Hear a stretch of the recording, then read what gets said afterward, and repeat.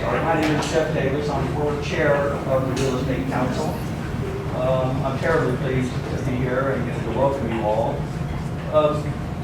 I was with Mayor Parker just before she was elected mayor, and was talking to her about public transit. You know, that's one of my passions. And so I asked her to continue to support it. She said, well, I do know what the ROI is. Okay, that's a logical thing to talk about. So since that time, I've sent her some American Public Transportation Association documents talking about the ROI on public transit. It's all very positive, a 5-to-1 rate of return on these active studies that are very current. But the question has still stuck with me about ROI, because I knew, not just intuitively, but I knew historically too that the city has some problems in longer term debt obligations, if you will. And suburban development can present some problems for your longer term quality of life. And I prefer not to look at Fort Worth in terms of, yes, we're the 12th largest city, soon to be the 11th. I prefer to talk about it in other terms, such as we're Fort Worth, Texas, we're a great city, we're a livable city, and everybody here is happy because of the quality of life that we live as opposed to the numbers game. So it's less important to me where we are in the population. It's more important to talk about the quality of life that we have in Fort Worth. And that includes jobs and high-paying jobs. So I'm really pleased to respond to the mayor and continue this ROI discussion. And we're fortunate to have Joe with us today. And he's got a great CV. Got his master's degree in architecture and urban planning from Harvard. Is very well known in the marketplace. And I want, just so you understand a little bit about, in 2017 he was recognized as one of the 100 most influential urbanists of all time. That's pretty impressive. Before moving to Asheville, he was the primary administrator of the form-based code for downtown West Palm Beach, Florida. He's worked in the private sector. And one thing that Joe just showed me, and we had Charles Moran here. You all know Charles, who wrote this book, Strong Towns. Many of you have read it. And Charles is a particularly respected guy in this marketplace that talks about the kinds of things you have to talk about as a city. These are hard conversations, but it's the forward here on Strong Towns. Joe just showed you. It's for my friend Joe. His generosity knows no limits. For my wife Christy, his patience is likewise endless. So he's pretty well known in this marketplace of good urban planning, and I'm very proud to have him here. And this will be a presentation, and we'll have an opportunity to ask questions. If you're dying to ask one, I think Joe would welcome it while he's making the presentation. So now I'd like to present to you, Joe. Thank you.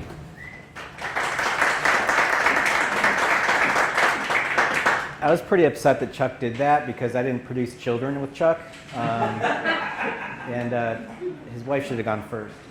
But this is actually a tax productivity model of Auckland, New Zealand, and I always start with this presentation. You're going to get a little bit of an inside monologue as I present. I start with this because it's a really solid graphic representation of economic productivity that we don't experience that much here in the United States.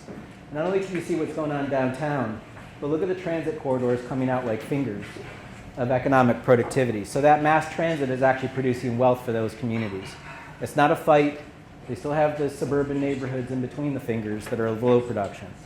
So we have these lessons all around the planet that we can learn from, and you can learn from as you go from 13th or 12th to 8th or whatever in your community. I always start my presentation with another lesson that I'll put up front. And that's community DNA. So this is how I started life when I was 3 months old and I had hair. Seriously, that's me. And this is my trajectory. And I'm going to be that person whether I like it or not. I'm going to be my grandfather. When I talk to people about city models, or particularly those that aren't in city planning, you have to have a mental model of where you're going. You also have to understand what you can learn from those places. So I learned a lot from my grandfather. I've actually got a lot of his habits. And also this guy here, again when I had hair, but I'm Italian. I can't change that. I'll use my hands a lot when I talk. But I'm going to be my dad, whether I like it or not. My father's had a 6 bypass heart surgery because we have a family predisposition to heart disease, right? You all have this in your families. You know these things are coming for you. The older you get, you see them more clearly, right? What are you doing in your city to avoid the heart attack that some other city bigger than you has had? What are you doing to avoid an affordable housing crisis, transit issues, getting them funded? All of these problems are solvable, and there are models in other communities that you can learn from. So I'm going to throw a bunch of examples at you as we go through this, but basically that's the lesson I want you to walk away from. Think of who your grandmother or grandfather is. What city do you want to emulate and learn from, and bring those examples here to Fort Worth. Also, not only the good lessons, but the heart attack too. What are the things you don't want to do in your community as you go forward? So I'm from Asheville. Anybody been to Asheville, North Carolina? Awesome. Thanks for swinging by and dropping some money in my community. Asheville is about 4 hours away from Atlanta. Blue Ridge Mountain area. We've got home to bluegrass music. We're 90,000 people. We have 40 breweries. That's 2,500 people per brewery, if you want to do the math on that. So we drink a lot. And like any mountain town, we have men dressed as nuns on tall bikes that eat fire. It's your typical place, right? Well, Asheville didn't start this way. Asheville was the second largest city in North Carolina by the time the Depression came, and then we fell flat on our face. We were the number one city, the highest debt per capita of the entire United States. At that time, the only city that was bigger than us was Winston-Salem in North Carolina. But Asheville, this is what it looked like in the 90s. Essentially boarded up. We were too far in debt to do anything. We had a bad bond rating. That's a 1996 Chevy Celebrity right there. So like a Greek choir, we wouldn't do anything. We'd say, we're not urban, we're rural mountain people. That's not who we are, all of that. We had all these biases. I worked for this guy's company, Julian Price. Julian inherited a lot of money, and he put $15 million into a for-profit real estate development company called Public Interest Projects. What we were doing with that money is 75% of that went into sticks and bricks. We fixed buildings, and we reserved 25% to seed businesses. So we're making housing happen downtown, but we're also providing the stuff for people to do. The first vegetarian restaurant, a nightclub. People need stuff to do in the downtown. Now, our time was the direct opposite. We spent more time with businesses than buildings because the businesses don't need that much hand-holding once you get them going. But this is one of our buildings before and after. Real rocket science here. It's basically apartments and a bookstore on the ground floor. But as we were doing work, one of the things that I found that we were doing constantly is showing up at council meetings, at planning processes, and bringing data into the conversation about what it means to you all when we do work in the community. So the easiest way that I explain it is think about it like land production. When you talk to farmers, farmers always talk about economic terms, water per acre, labor per acre, crop yield, all of that stuff. So this is one of the buildings that we rehabbed. Ground floor retail, second floor office, upper story residential. The city, thank you city, for building the streetscape project. They did a downtown investment in streetscape. We were actually accused of being subsidized by people that did traditional suburban development. The city just dropped all that money at your front door. It's like, well, yeah, the whole world can walk on that, but fair enough, it's a subsidy. $20,000 for a garbage can, a bike rack, 2 benches, and a street tree, awesome. We took the taxable value from $300,000 to $11 million, which represents a 3,500% increase on taxes. That asset that was sitting there just grew wealth, right? Do you have a 401k plan that grows by 3,500%? Wouldn't you like that? Go out and buy 3,500% more garbage cans. We don't care. But we had to explain to people why this matters. And again, biases. People are just like, well, that's $11 million, Joe. What about this Walmart over here at $20 million? Fair enough. That's double the value, right? I don't know if I'm blocking you, by the way. No. Okay, good. But that's double the value, right? But realize, of our community, this took 34 acres to make that happen versus 0.2 acres for this, right? So it's not a fair comparison if you're going with the gross number. You should be doing things apples to apples. So per acre, we're producing 100 times more property taxes than they're producing. That's a fact. We're producing double the retail taxes that they're producing. Would you have thought that a furniture store, a beauty salon, and a tattoo parlor are double the retail sales productivity of a Walmart? That's the numbers. What's that? It's a lot of grocery doesn't produce sales tax. I guess. Well, it's not the groceries. It's just there's a lot of square footage that's just kind of empty. The transactions that happen, yeah. Okay. Yeah. So we also produce more residents and also more jobs per acre. So when you look at this math, you should understand that what's putting the meat on your bones is a community. I want you to realize that's not complex math that I just did there. I don't have a finance degree. I actually never took an economics class in my life. This is about doing really simple understanding of productivity. When we talk about cars, right, we do this. Could y'all imagine if we're having wine and I'm like, my Ford F-150 gets 650 miles per tank. It's the best vehicle on here. I'm killing it, right? You'd immediately know how stupid that is because you're just like, come on, Joe. All tanks are different sizes, right? We don't say miles per tank. We say miles per gallon. The numbers just changed. And we should all be driving BMW Asettas at 70 miles per gallon. Sorry to the Prius owners. 1955 technology. By the way, this is a crazy little car. If you have a head-on in this thing, you're stuck in it. That's the only way in and out. But yeah, I put this out there as a joke, but realize that we already talk in efficiency numbers when we talk about cars, but we don't translate that to real estate. If we're doing this for a $4 commodity, shouldn't we be doing this for a $40,000 commodity? I would think so. So I always have to find a way to articulate to people why taxes matter to them, because taxes pay for stuff. So this is what's going on in our downtown. We're a $15 million investor. We weren't the only people investing, but this is the value of downtown in 1991. We didn't get a new building in downtown until 2008. So this is the value of historic preservation, of uncorking those upper stories. That value was sitting there waiting to be used, right? To show you that it's not all love and roses in Asheville, these are actual campaign ads from the 1990s. This guy, Chris Peterson, complaining about $26 million of public investment in the downtown. I like this. This downtown development for bureaucrats instead of water, sewer, streets for our citizens. Y'all got people like that? Okay. Chris brought out a number. Let's do some math here. If you invest $26 million on a $100 million asset and it grows to $500 million, is investing 26 and yielding $430 million, is that a good return on investment? Yeah. Why do we listen to Chris? And by the way, I drink beers with Chris. You can't penetrate his skull with facts. And he's got a bias in the way that he looks at things. In fact, he's got this website now with Fire and Brimstone. This is awesome. Any politicians in the room? This is the mayor. I asked the mayor, I'm like, is that a liquor drink? I like she didn't hit with a lightning bolt. She goes, it should be. He misspelled charlatans, by the way. But anyway. Don't worry about Chris. Worry about getting the information out to the general population. Allow reasonable people to step forward. So, Jeff and I were talking about this kind of loss of civics that people have in understanding their own communities. This is actually a kid's book that I found in a garage sale. It's a teacher's guide, The City, the Town, and the Country. The City, the Town, and the Country.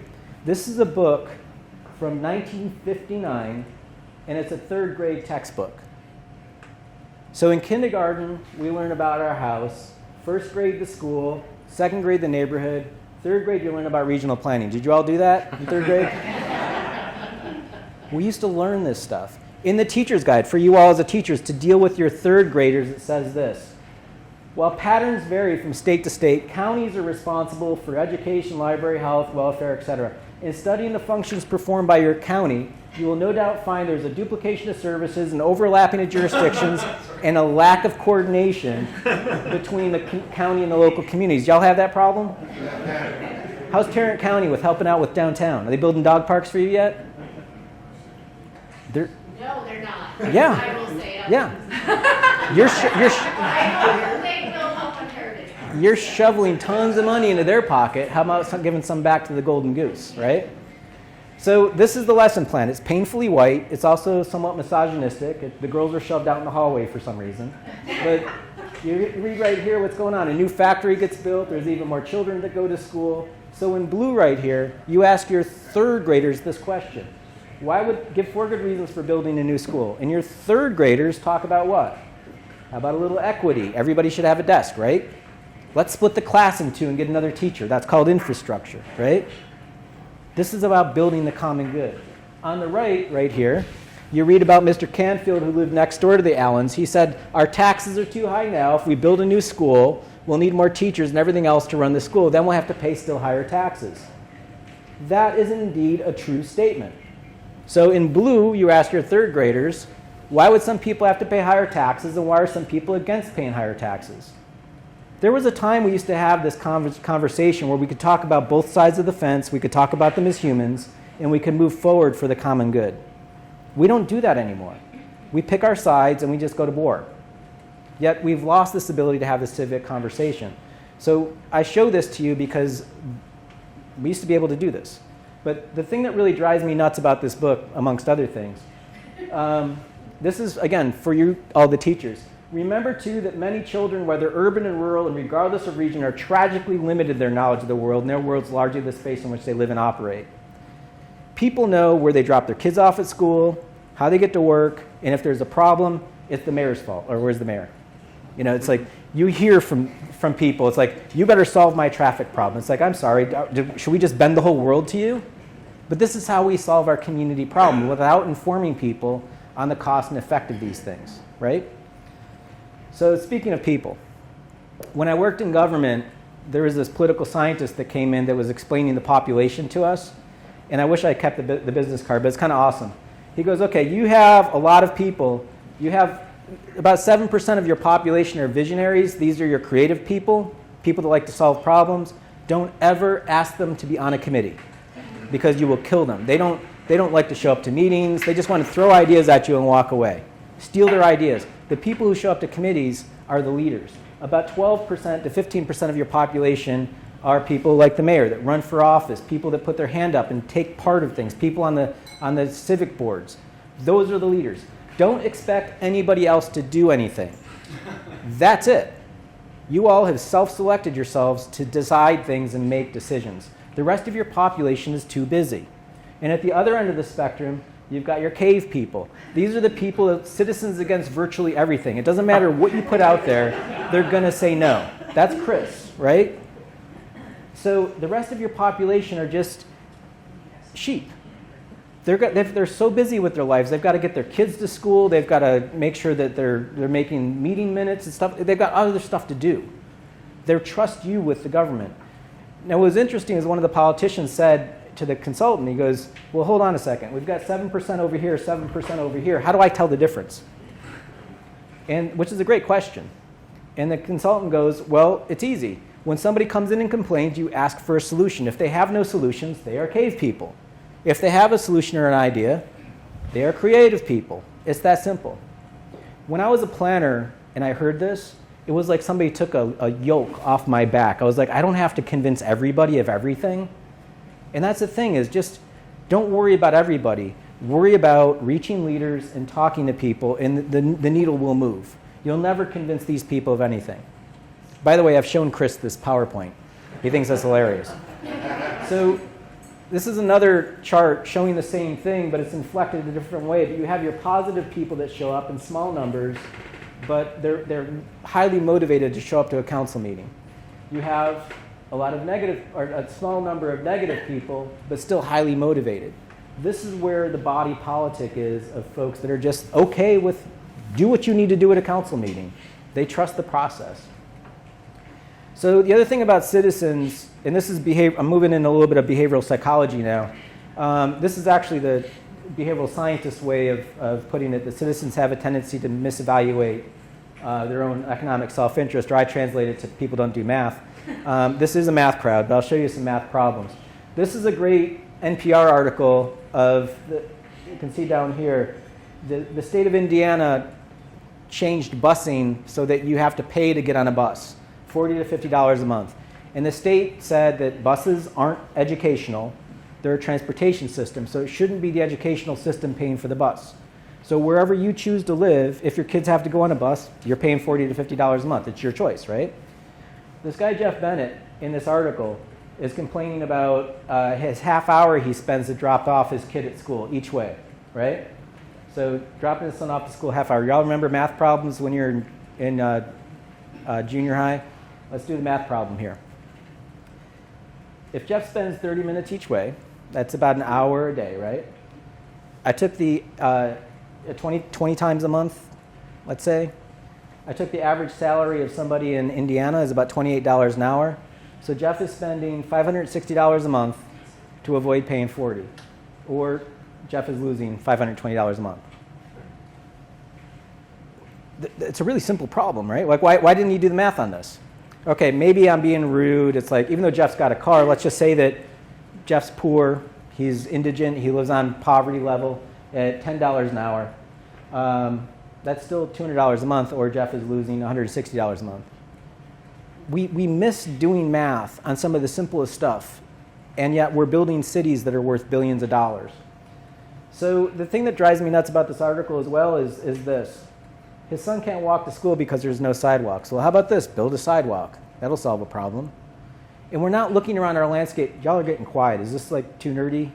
Over wine? Okay. Processing. So, All the sidewalks in rural areas is that they have bar ditches. it's what? They have bar ditches.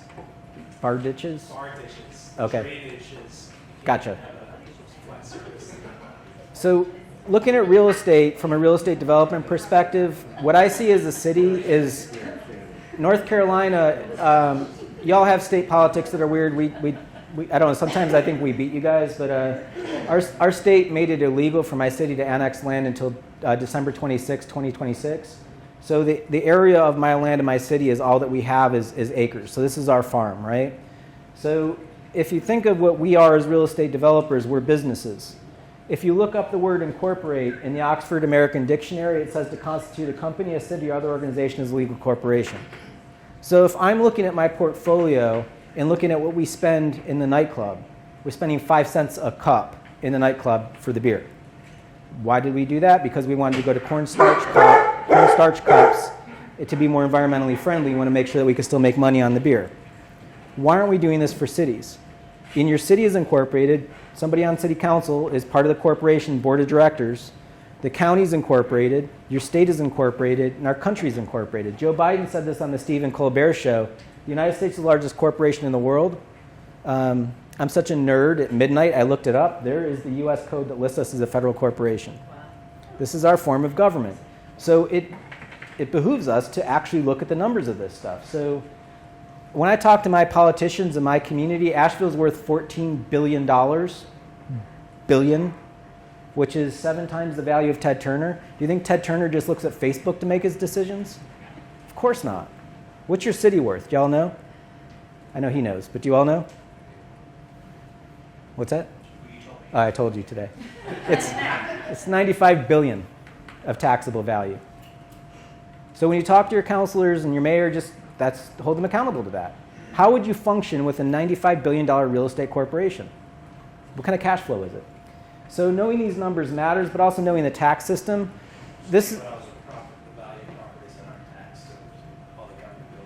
Well, that depends. So I can get into that later too. But just to show you that it's not that bad in Texas, I'm going to show you Florida. This is what the tax system looks like in Florida. You have a market value, you get some exemptions off the top, you get your taxable value. This is what you can control is your millage rate to get your tax bill. That's how the tax system works. In Florida, if you had $100,000 of commercial and $100,000 of residential, it starts in the door at the left end of that model. You get no exemptions in commercial. It is what it is. You get $50,000 off the top just for being a homeowner. Renter, sorry, you're screwed. But homeowner, you get a homeowner's exemption.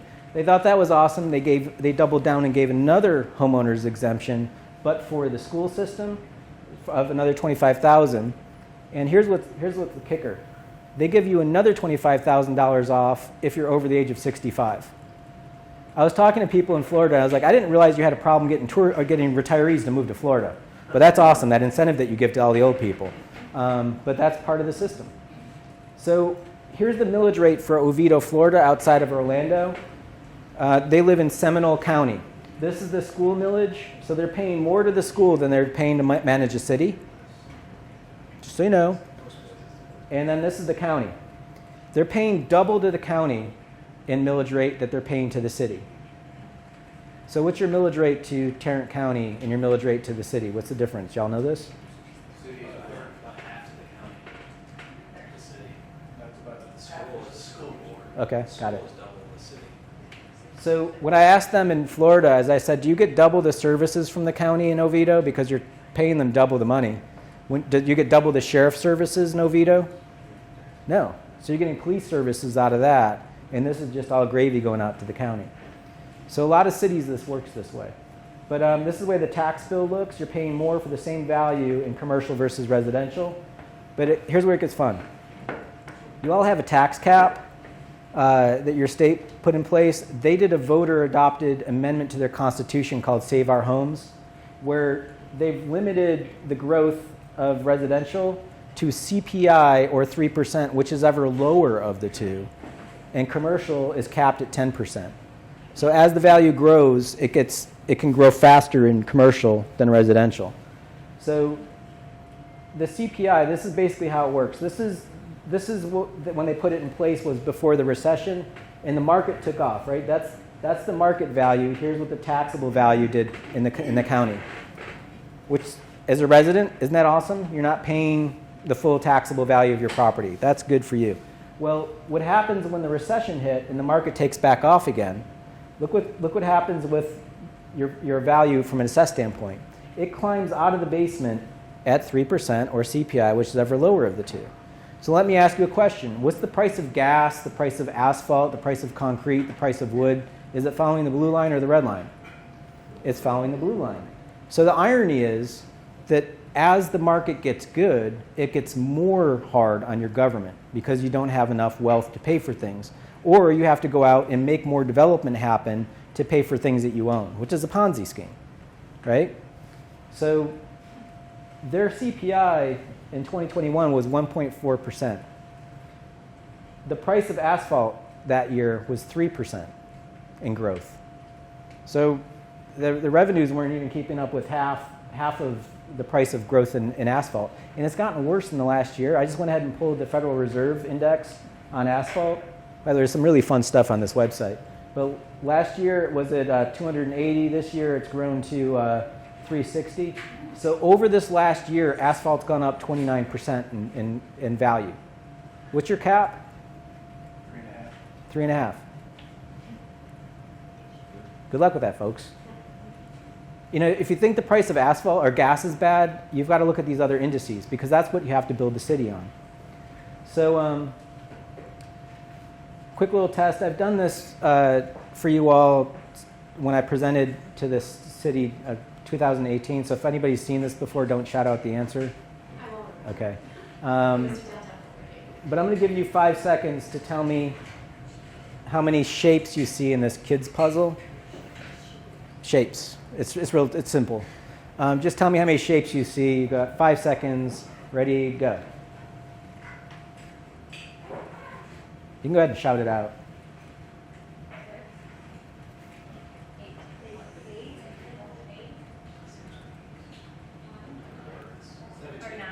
Oh, we got 17. Anybody want to go higher than 17? 20. All right. Overachiever. Yeah. How many kids were on the school bus? What time was it on the clock? You didn't see that because I didn't ask you that question, right? So you didn't see the 5 kids on the bus. You didn't see that was 10 after 10. The reason why I show you this is because we steer our brains by the questions that we predispose in a situation. And there's a Nobel Prize winning behaviorist. His name is Daniel Kahneman, wrote a book, Thinking Fast and Slow. Our brains have 2 modes of operating. I put you into fast mode. I gave you a question. Lots of problems that we're trying to solve in city council meetings need a slow mode of thinking. We need to be seeing more data and asking different questions. And so what you're about to see in a lot of my presentation is I just ask different questions, that's all. It's kind of simple. So I'm just going to blow through these real quick. We went through this, We went through this first one with the apples to apples, the value per acre is a good way to start. We try to find where your subsidies are, inadvertent policy choices that are basically making the market steer. We're going to do everything through a geospatial lens. We're going to look at maps and models and see things because distance matters with a pipe and stuff like that. And we call this choice architecture. It's a term behaviorists use. in the case of what you saw with the Florida tax system, that's a form of choice architecture. There's an incentive given to residential housing by the discount that's given in the tax system. And then also, any policy recommendation we make to any community, just do it fast, fail small, and adapt. Don't think that you're going to solve everything all at once. So we've done all this analysis across the country, and basically this is the way our data looks. For every dollar of county taxes somebody pays to the county per acre, their brother and sister in the city, single family, is paying 5 times that. Here's the Walmart, here's the mall. That's a 2-story building on Main Street. This could be in Driggs, Idaho, Durham, North Carolina, or Dallas. As soon as you start stacking stories, you see growth in value. This is a 6-story building. The way of looking at this is there's a perverse incentive to build this stuff and not this stuff. This is why it's difficult, or why you don't see so much urbanism happen. We have tax incentives to build junk. It's that simple.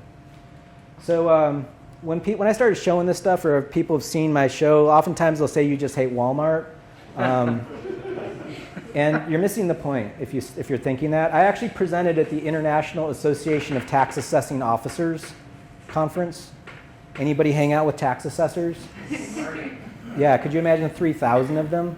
It makes a planning conference feel like Burning Man. It's the squarest thing ever. But this guy got up at 8 in the morning. He's the head of real estate for Walmart. He did this amazing PowerPoint presentation on how cheap and crappy Walmarts are. Think of that for a second. I'm sitting in the back of the room drinking my coffee, and I'm like, that's smart.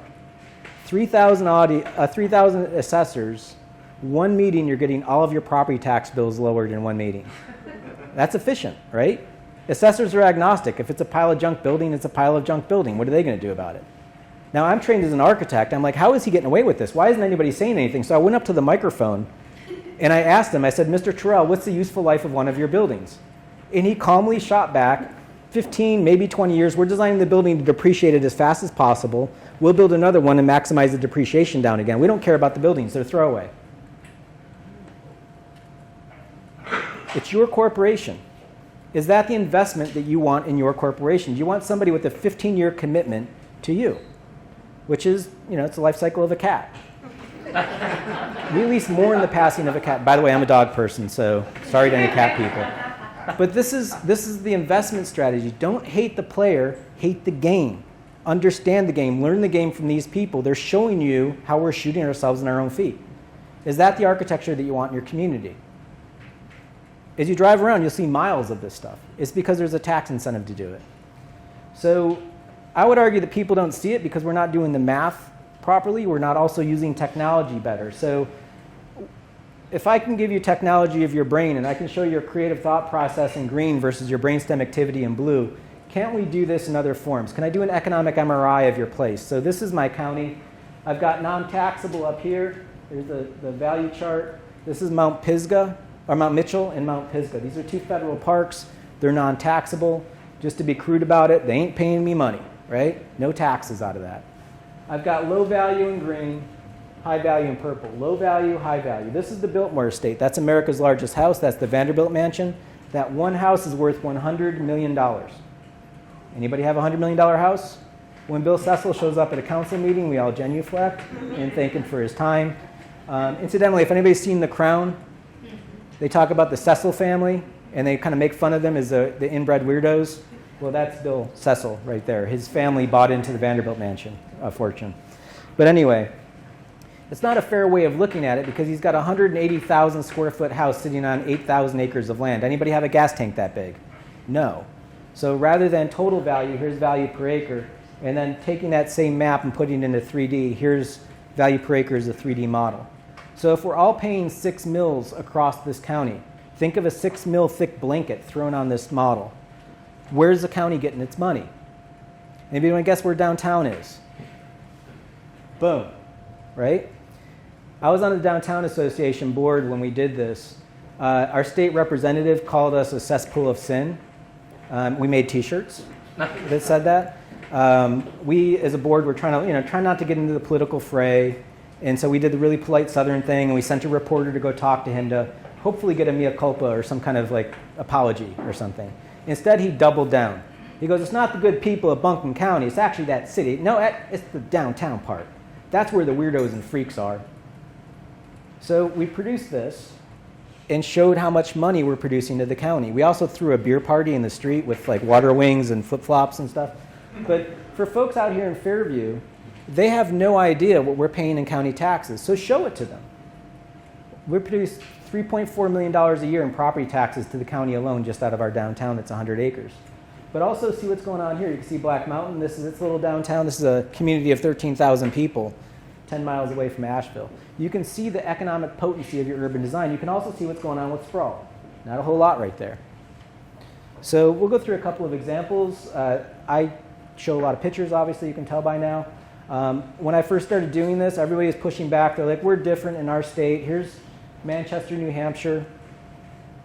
Guess where downtown is? Kansas City, Kansas. Guess where downtown is? Kansas City, Missouri, and Kansas City, Kansas. Bozeman, Montana.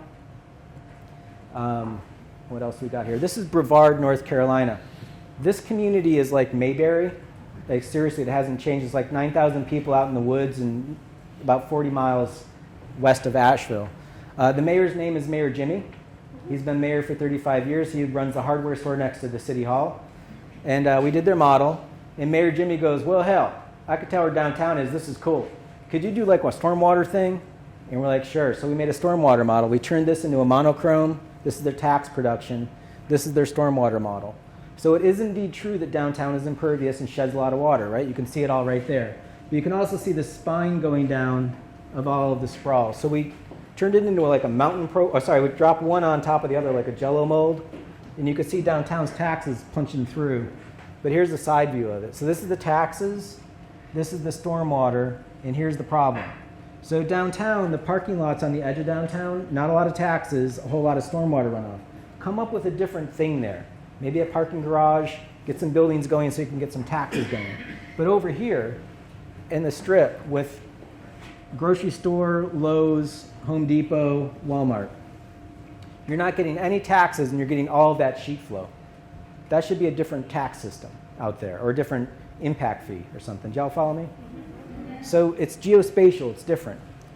This is a little bit more detailed, but since you're all a local audience, I'm going to show you, we worked with the Nehemiah Group, as a developer in Mansfield, and they wanted us to look at this is Tarrant County, and we basically were only contracted to look at a piece of the county, and we couldn't process all of the data, but this is Mansfield down here, and it's kind of crappy, actually.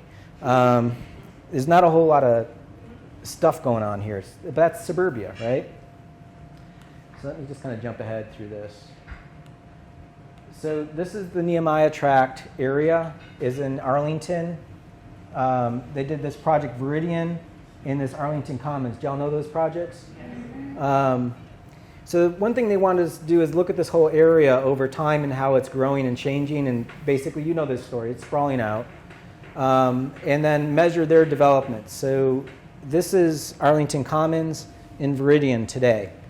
But here's looking at that piece of impact zone that they have. Notice how small everything else is around here. So this is back in 2006 before they got going. Here's their, and Viridian is nothing but a dream at this point. But here it is growing in. But watch Arlington Commons take off. Bam.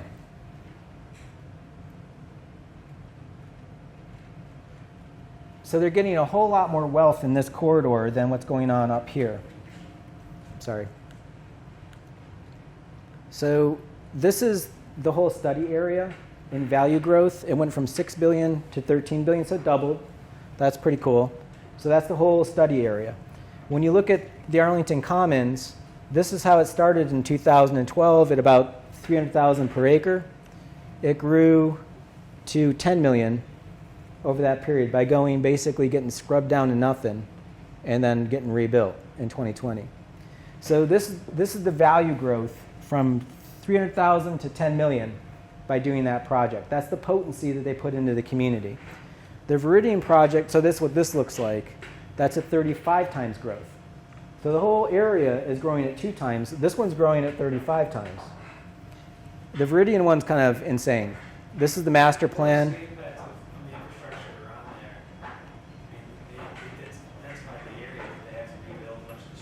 Probably, yeah. And that's just 3. They demoed 3 public Yep. That's not a replicable thing, right? You can just demo everything and rebuild it. It depends. I mean, I don't know. I mean, we didn't look at every property like that. They're just, here's their, here's Viridian growing in. And this project isn't even done. There's a whole other phase that's going to grow in and around it over here. But this is its trajectory. So this one grew at 104 times. And when we bring in where it's going to grow, we expect it to grow at about 200 times. So just to recap, sorry, these are just some of the products that are in it. Let's just kind of jump ahead. This is the study area growth, Arlington Commons and Viridian. So if you want to grow your community's wealth, you need to understand what's bringing you the potency. Or the opposite is true. The less you build, the more you spread out, the less production you get from a taxable standpoint. What drove that number from Viridian? What's the difference? It's just, I know they've got it's just bigger. it's, It was it's, floodplain, instead of dirt for 20 years. Yeah. And they're $1 million yeah, process. it's basically its density. Like this is single family lot lines coming in at 3 million an acre. You know, it's, Tiny lots of huge houses. yeah, density. So just to go through a couple of the biases, the reason why I was at the assessors conference, what's that? The reason why I was at the assessors conference was this map right here. This is a map of just the dirt value per acre. So we can go into the computer and just turn off the buildings and just see what's going on. You expect the world to look like this. You can see everybody in this neighborhood is blue. That's 15,000 an acre, right? You'd expect your neighborhood to look like that if everybody's got the same dirt value per square foot. But check this out. This is the reason why we do these maps. We're looking for that. Why is this orange and everybody else around it is blue? We're looking, that could be human error. It could be bad assessors. It could be bad policy. We don't know. But we just want to see how funny the system is. When I was presenting this at 8 in the morning in Cheyenne, Wyoming, I started talking about this property right here. This is $15,000 an acre. Now remember, there's no buildings here. $15,000 an acre. And I said, what happens when you cross the street and it doubles to $40,000? How does land double in value when you cross the street? Do y'all know this? Zoning? What's that? Zoning? No. Same zoning, same school district, same fire district, same everything. And the tax assessor was sitting in the front row, and she raises her hand, and she just yelled out, she goes, "You don't understand." And I was like, what am I missing? And she goes, well, they've got more land. The more land you have, the lower the value.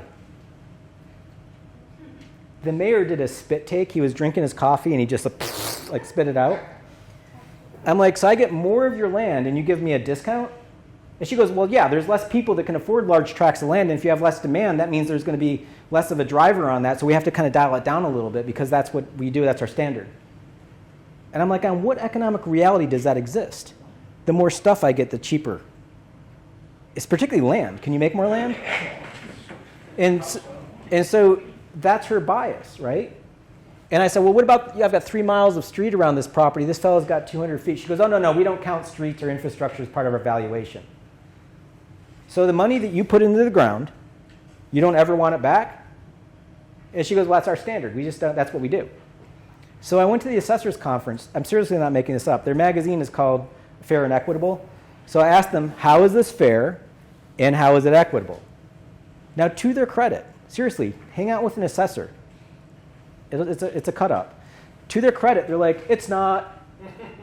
And I'm like, okay, where did this standard come from? Did Moses deliver this to you? Like, where is this? And they're like, we don't know. So how does this steer the market? What is the market? If you're poisoning the system with these biases and decisions that are having economic consequence, you're going to steer the market. And they're like, yeah, we probably need to do something about that. And they're like, you need to talk to Larry. So I tracked this guy, Larry Clark, down. By the way, I'm wearing the same tie. Larry's a riot. He thought that the Moses thing was funny. It was a real crowd pleaser there. But I showed Larry all of this stuff, and I said, how is this fair and how is it equitable? He's like, it's not. We probably need to change it. I'm like, where did this come from? He's like, probably something to do with agriculture when we came over from England, and no one's really looked at it this way. We probably need to change that. It'll just take a little while to get through the system, Joe. That was 10 years ago. I still run into assessors with this bias. So just be aware that when you practice real estate, there are all sorts of economic games going on that are steering the decisions. Retail, we've done retail analysis. This is Durango, Colorado. They wanted an apples-to-apples comparison, these two guys. Small business owners, Tim has a bookstore. He likes to talk about honey. Peter. Tim has a coffee shop, but he sells a bunch of kitchen stuff. They're freaks. But they gave us their books. So here's in Colorado, the cities run off retail taxes primarily, and the counties get most of the property taxes.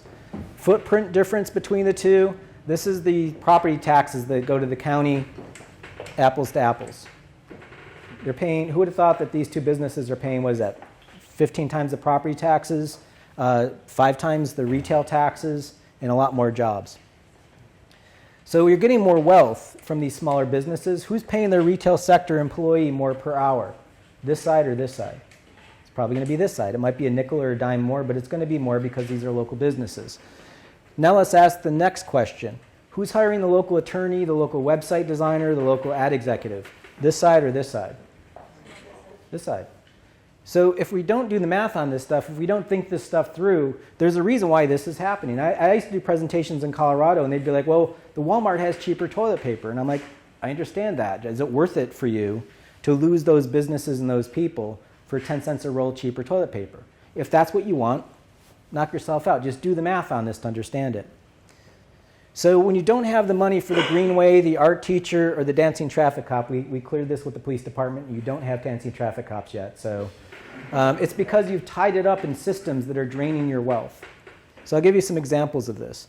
One of the other biases that we get from people is we have plenty of income. Lancaster, California is up and over the mountain from Los Angeles. Here it is, 166,000 people. Not great from a model standpoint. They have one building that's over 4 stories tall. Can you guess where it is in their downtown? That's it. Their downtown should have a bigger Purple Mountain for the size community that they are. But the thing that blew my mind is they have 953 miles of roads. I don't know what that looks like, so we put it on a map. They have enough roads to go from Los Angeles to Portland. If you were on city council, would you vote to build a road to Portland from Los Angeles? Of course not. So all these roads just accreted over time, and now they own them. One of the things that blew my mind initially doing this, and any finance officers in the room? The municipal finance standards of cities list roads as assets. They have 3 sets of books when somebody wins a popularity contest, and becomes a city councilor. You've got revenues, expenses, and an asset ledger. On the asset ledger, you have roads. So when I sit with finance officers, I say, well, in my business, I've got computers, if I had delivery vehicles, or if I had a piece of art, real estate. Those are assets. I can sell the building, the van, and the computer. Can Fort Worth sell its roads to Dallas? No. It's a liability, right? So when we think about assets in the real estate world, like this, if we own this mall right here, we know we need to replace these air conditioners. Come on now. Every 15 to 20 years, they're going to cost us $85,000 a pop. You also have to have the money for that Sky Crane and the crew, right? So we have to set aside money about every 15 to 20 years, $205,000. For those of you that work in real estate, it's not like you go back into a closet and just pull money out. You have to make the money, right? You have to squirrel away a piece of rent to do that. Cities don't do this. And it's kind of weird. It's just this habit of the way that we cook our books, or make our books, basically. So this is the basic thesis of what we do with every city when we look at an ROI is, what do you own? So let's kind of get this clicker. These are all the roads that they own from 1900 to 2016. We stopped them in 2016. These are all the lane miles that they built in their community. And you'll note that they don't have a whole lot of roads until World War II, and then they get a little nutty. And this one road mileage right here in 1953 is kind of insane. So when this gets built, roads last 50 years in Lancaster. So 50 years later, this comes back for the first rebuild. Now notice what they did. When the city council was hit with this huge capital expense, they went out and built more roads, right? Because they needed more revenue. They annexed more land, they let more development happen, took down more infrastructure. This comes back with a second build keep going. And it brings along with it the new stuff.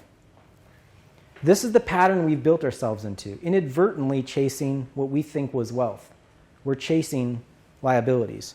So we stopped them in 2016 and said, we're just going to show you your build-rebuild cycle of what your whole system looks like.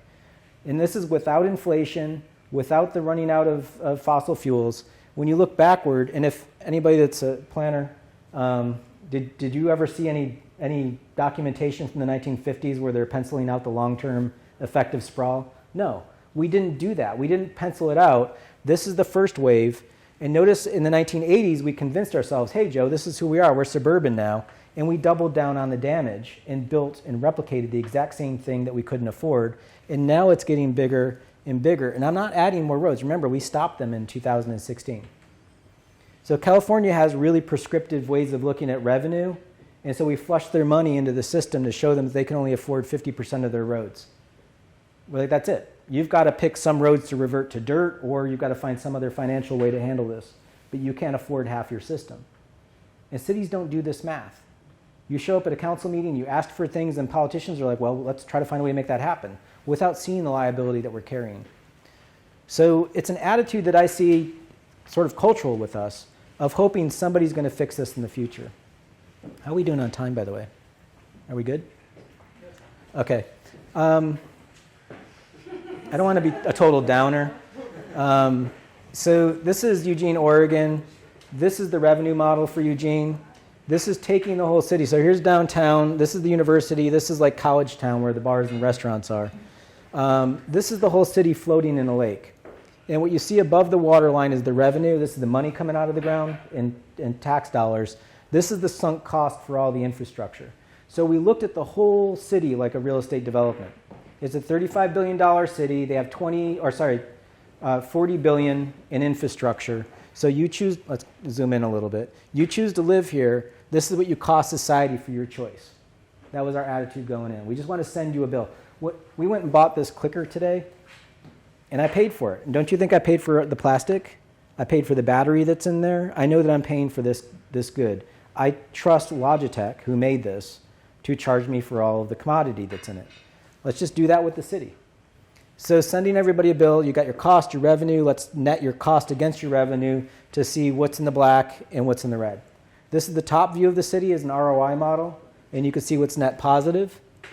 If you lift this up like you're looking for a salamander under a rock, you can see the spread of subsidy across the model and what's going on financially. So the way that it works out in Eugene, I mean, this is the complex model. We broke it down into this, we call this the Brady Bunch slide. We've got residential, low density, medium density, high density, mixed use, low, medium, and high, commercial, low, medium, and high. And this is the net effect of each of those product types. So these are the ingredients that make up your community. That's subsidized to the tune of $1,400 an acre. Make sure your citizens are aware of that. Annually. Exactly. And also be aware that I'm not an idiot. I understand that people want a house and they want that single family environment. Show of hands, who does not live in a single family detached product in this room? That's it. Two people. So we've built a system to produce housing of a certain type, but you don't want to have 80% in subsidy. You can't survive that way. So you have to be honest with your citizens to find another way to handle this. Our recommendation there was in planner terms, we call this a transect. It's like thinking of the city as a series of tree rings. You can't have one of these tree rings be 80%. It's just not going to work out. I can't have pizza for 80% of my diet. I'll die. It'd be fun, but so going back to the model, definitely do some more stuff downtown. Work with the Downtown Association about growing up in here. But also, if you look up here at Crescent Village, you'll see this little bump right there. So our recommendation to them was to find maybe 4 more areas to lift the impact fees. Sorry, the clicker is getting out ahead of me. Lift the impact fees in certain zones to cultivate new wealth. Once you reach that hurdle, if you eat 5 salads, then you can have a pizza, But they were considering expanding their growth boundary. But once they saw how inefficient their land use was, they kept their growth boundary, which was a success for us. These are all about incentives and providing the wrong ones. Let me just see here. This is South Bend, Indiana. 88 houses in a conventional grid pattern, 88 houses in a cul-de-sac of cul-de-sacs. So let's just look at same number of houses done from an urban design standpoint, 2 different ways. And we had all of their data. We worked with their engineering department and everything. But this is, I just love this thing. It's like a lollipop of lollipops. It's kind of insane. But we pulled their road cost, water pipes, sewers and storm sewers, and then basically their annual cost for this 88 houses is $122,000. When you look at the tax bill or how the city breaks down the revenues that come in, they're basically, the citizens are paying about $21,000 into their infrastructure for these 88, and it's costing $122,000. So 120 development community, $122,000 minus 21 is, it's a subsidy of $101,000 for these 88 houses, right? Doing the same thing, and I'm just going to burn through these guys. This is the same thing for these 79,000, and again, a subsidy, but not as much subsidy, right? So when you put them side by side, the cost is 79,000 here, it's 122,000 here. The revenue is about the same. It's actually about 90%. This is 90% of that, so this is actually more. So this is less of a subsidy than that. When people say, I want a cul-de-sac, I don't want to have traffic, you're actually making a financial decision that everybody else is a burden of holding. And again, our attitude is we don't care. It's your community. Just be aware and write this stuff down. I'm going to jump ahead.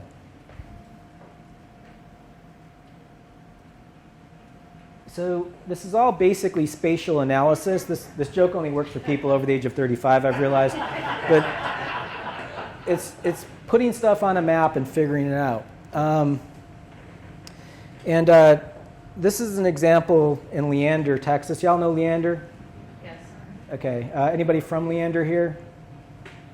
I don't know if I can say this on tape. I'm just going to go ahead and say it on tape, and just hopefully this will never make it there. But Leander's crazy. This is a developer from Austin was doing this project. Basically, Austin, the Metro, ran a train line out to Austin to Leander in Williamson County. Here's the train station. They've got plans for a college up here. And you can see how Leander just deals with this incredible infrastructure gift. They're just like, screw it. Let's just let a grocery store happen. We don't care. It's not even designed in a way that you can walk to the train station. But this developer, bless his heart, wants to do a mixed-use, 130-acre new urbanist style development.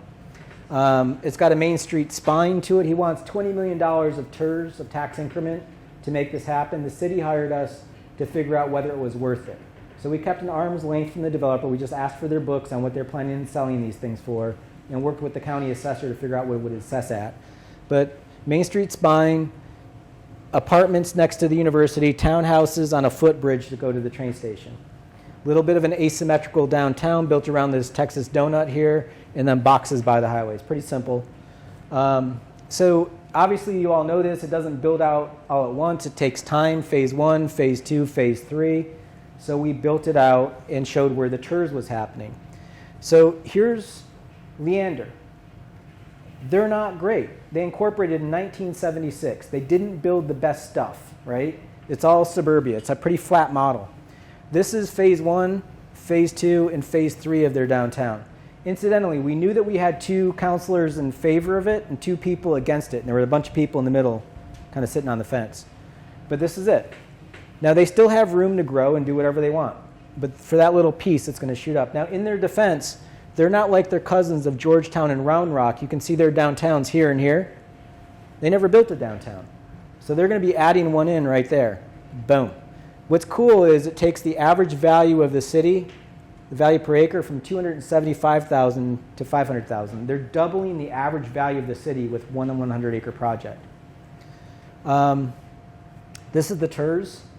This is what you're foregoing that's going to go to infrastructure. The 2 no votes were running around saying the developer's not paying any taxes. I'm like, that's not fair.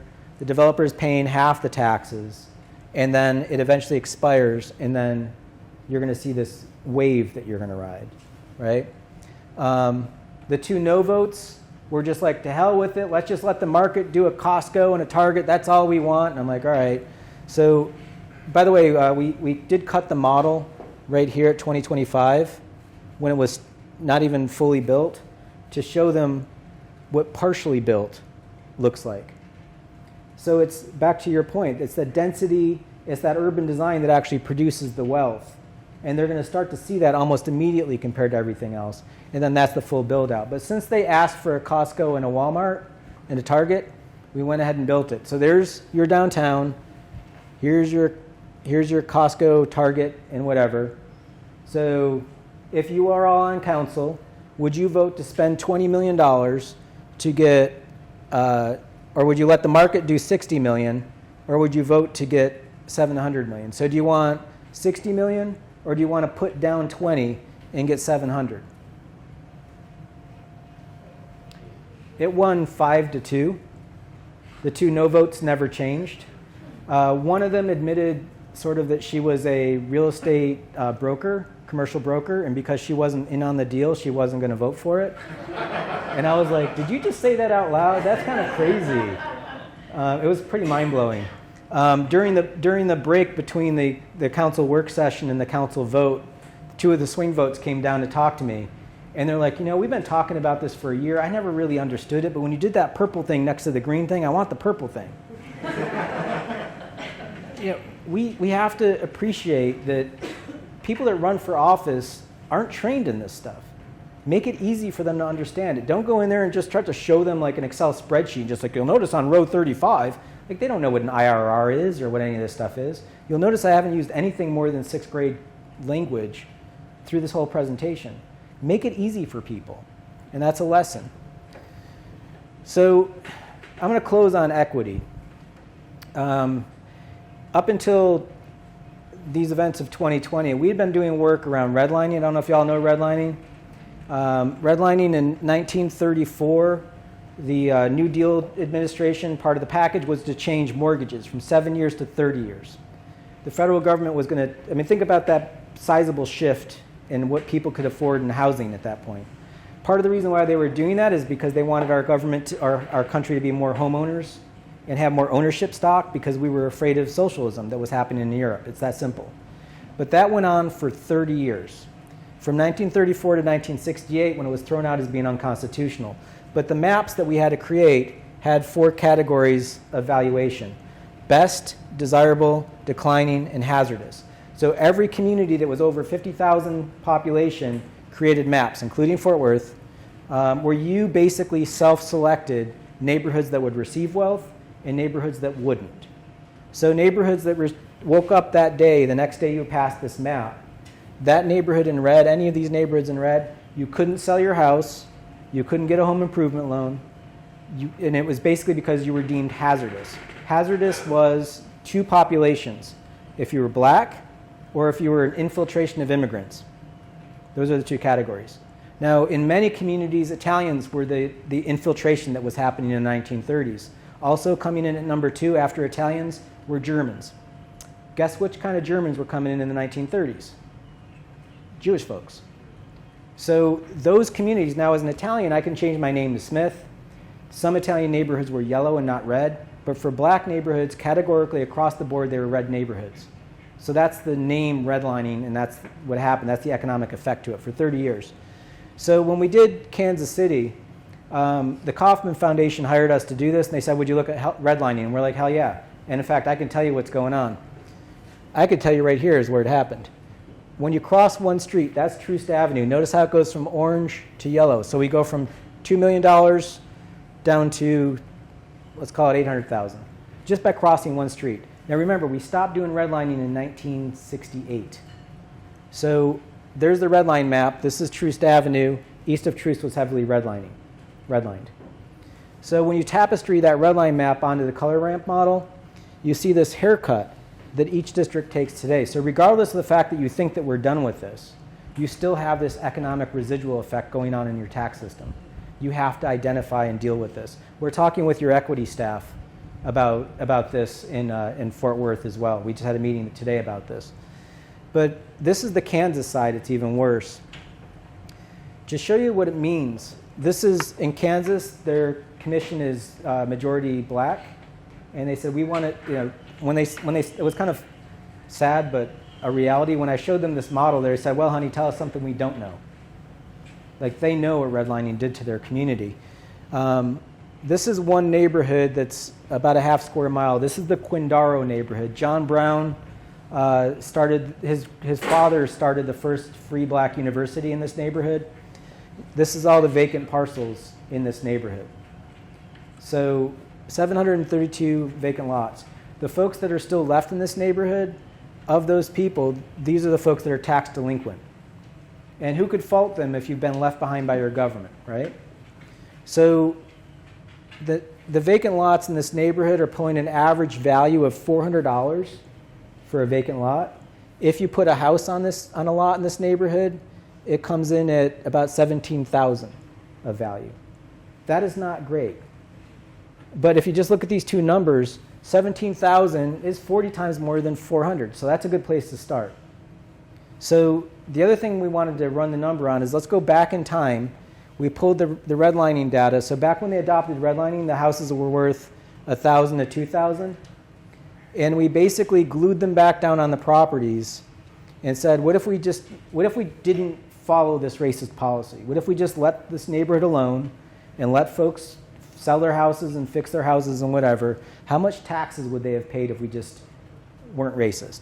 So we ran the future valuation of the numbers, we matriculated the taxes, and basically they spent $30 million. When I was presenting to the community, I said, look, your great-grandparents were racist, period. There's no way around that. It was federal racist laws that you adopted locally. It happened. But what they did is they effectively wrote a check in this one neighborhood for $30 million and just flushed it down the toilet. That's what they paid to be racist in this neighborhood. What did you pay citywide? This is 1/2 square mile neighborhood. Now, what's going on here is you still have to fix the streets. They have to plow there. The garbage truck still goes by. You have all of these services committed, and you're losing taxes out of it. So to take it and level it, that's all you need is 18 houses. Now, we work in real estate. We know the drill. If you try to build 18 houses, what's the bank going to say? Hey, Joe, a house costs at least $180,000. The taxable value is $17,000. We're not going to underwrite a mortgage. That's too much risk, right? I would argue that the bank system, the financial system, still has these latent biases in it. We wouldn't be in this situation if it weren't for that original sin of racism that caused this problem. But can you change the banks? No. Our recommendation to them was to reach into their general fund or TIF or some other financial mechanism to pay for 17 houses. Just move forward in this neighborhood and repair the damage that you've done. So to close, my city and my county adopted reparations. I know my city and my county. We had a redlining map. I don't think my city and my county are going to follow through with anything. So our county adopted a reassessment, and we went ahead and looked at their math. Racism starts with race. So this is our county in white and black population, Asian, Hispanic, and other races. White is blue, black is green. This is my city. You'll note this big old hole right here. That's the Biltmore Estate by George Vanderbilt. One of the things about the Biltmore Estate and the George Vanderbilt family and the Cecils is part of what they did is they built this entire neighborhood with the Vanderbilt mansion. It's kind of a real estate ploy. Notice how white this neighborhood is, 99% white. This is Shiloh. This is the black neighborhood across the street from Biltmore Forest. In Biltmore Forest is our favorite resident, Sydney Powell. I don't know if you know Sydney. She lives in Biltmore Forest. Across the road is my friend Reggie. So let's compare their houses. Now again, this is in today's dollars. Reggie's house and Sydney's house. Now Sydney's house is just a ranch burger, nothing spectacular. But let's look at the numbers on this. So the land value, you can see Sydney's neighborhood is way more potent. When you get into the building per square foot, check this out. Would you have expected that? How on God's green earth is Reggie's house worth more per square foot? When I showed this to the assessor, he's just like, well, first of all, his first comment was, you just done stirred things up. And I'm like, yes, I did. I said, Keith, how do you explain this? And he goes, well, you're not being fair because she's got more square footage. I'm like, it doesn't get cheaper by the bulk. A house is still square footage. She's got 4 bathrooms. Reggie's got one. I can tell you bathrooms are expensive. You all know this. Kitchens are expensive too. When you look at the taxes paid, Reggie's paying more per acre in taxes than Sydney. And here's the kicker, is that if this isn't enough. The value bump from last assessment to this assessment, which we do them every 4 years in North Carolina, hers has gone up 126%. His has gone up 266%. If you look on the property card, you'll see that she's renovated her house. Reggie hasn't. So why is this? Do you all know why this is? This happens in every county across the country because of how we do our mathematics and assessment process. We have biases baked into it. So this is what's going on in our housing market. This is 20 years of home ownership in my county. Every reassessment cycle, the lowest 20% have grown at 300%. The richest 20% have only grown by 138%. And I love this. After the recession, the poor people get a little kick. The rich people get a little discount. This is what's going on in our system. If we're not looking at this, we don't understand what's going on with affordable housing. We don't even understand the market and what's going on. And I could go into Airbnbs and all sorts of other stuff if you have another hour to spend. But it's kind of crazy what's going on with our valuation. And as a business owner, this is what's going on with our incomes in Asheville.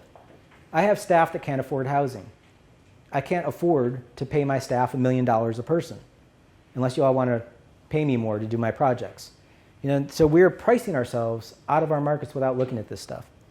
So we're essentially playing chess in the middle of playing checkers in the middle of a chess match. We're not properly looking at the data, and that's all I ask is that we do, I call it geo-accounting. Behave like accountants. Go in, try to put all of your biases to the curb, and just do math. See how the math comes out and ask questions.